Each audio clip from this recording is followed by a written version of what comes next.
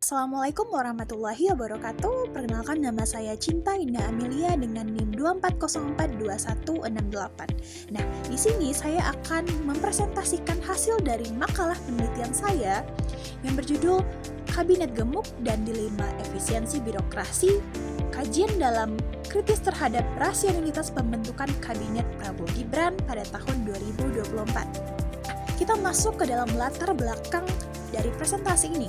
Yang pertama, Kabinet Prabowo Gibran dilantik pada tanggal 20 Oktober 2024 dengan 48 menteri ditambah 56 wakil menteri dan badan-badan setingkat menteri.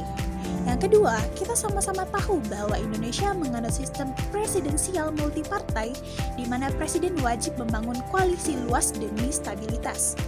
Dan yang ketiga, fenomena ini bukan hal baru. Ini merupakan tren pembengkakan kabinet telah terjadi sejak era reformasi pada tahun 1998. Nah, pertanyaan yang muncul, apakah penambahan pos bisa sama untuk meningkatkan kualitas pelayanan publik? Oke, kita masuk ke dalam rumusan masalah dan tujuan.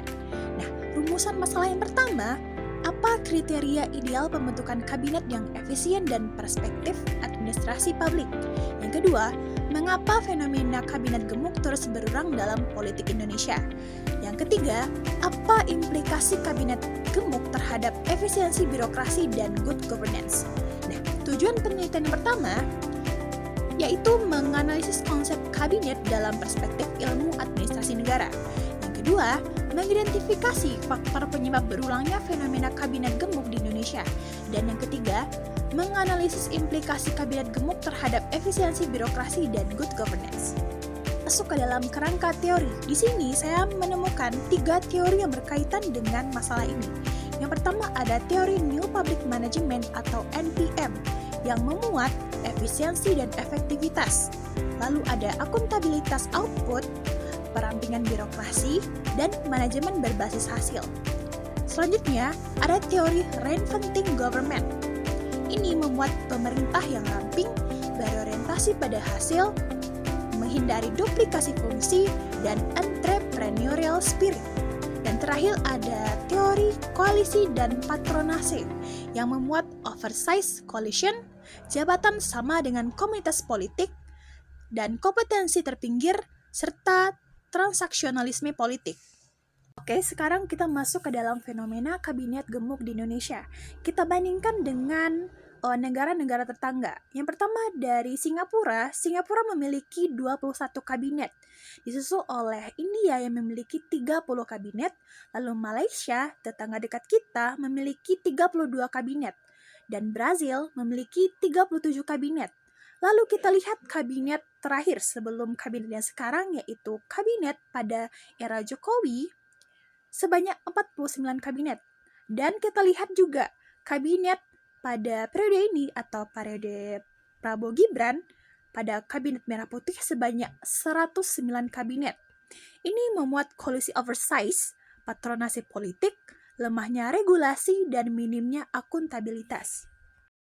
Selanjutnya, kita masuk ke dalam implikasi dari kabinet gemuk ini. Apa-apa saja yang bisa terjadi di dalam kabinet gemuk ini jika terus dijalankan? Yang pertama, ada beban anggaran. Nah, belanja pegawai pusat telah mencapai angka lebih dari 400 triliun. Itu sama saja dengan 13% dari APBN 2024. Dengan penambahan 109 lebih pejabat meningkatkan beban fiskal secara signifikan.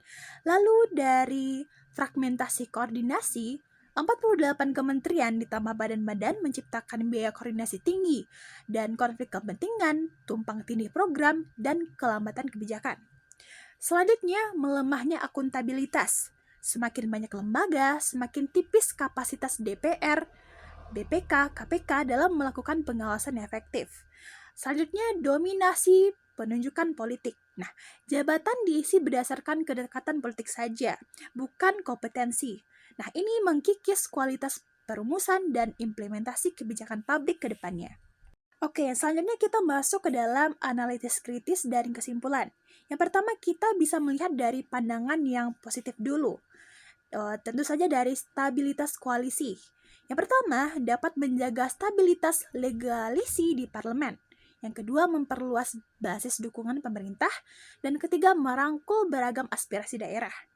Namun, kita lihat juga di sisi negatifnya, yaitu inefisiensi. Yang pertama, meningkatkan beban fiskal negara. Yang kedua, duplikasi tugas dan fragmentasi kelembagaan.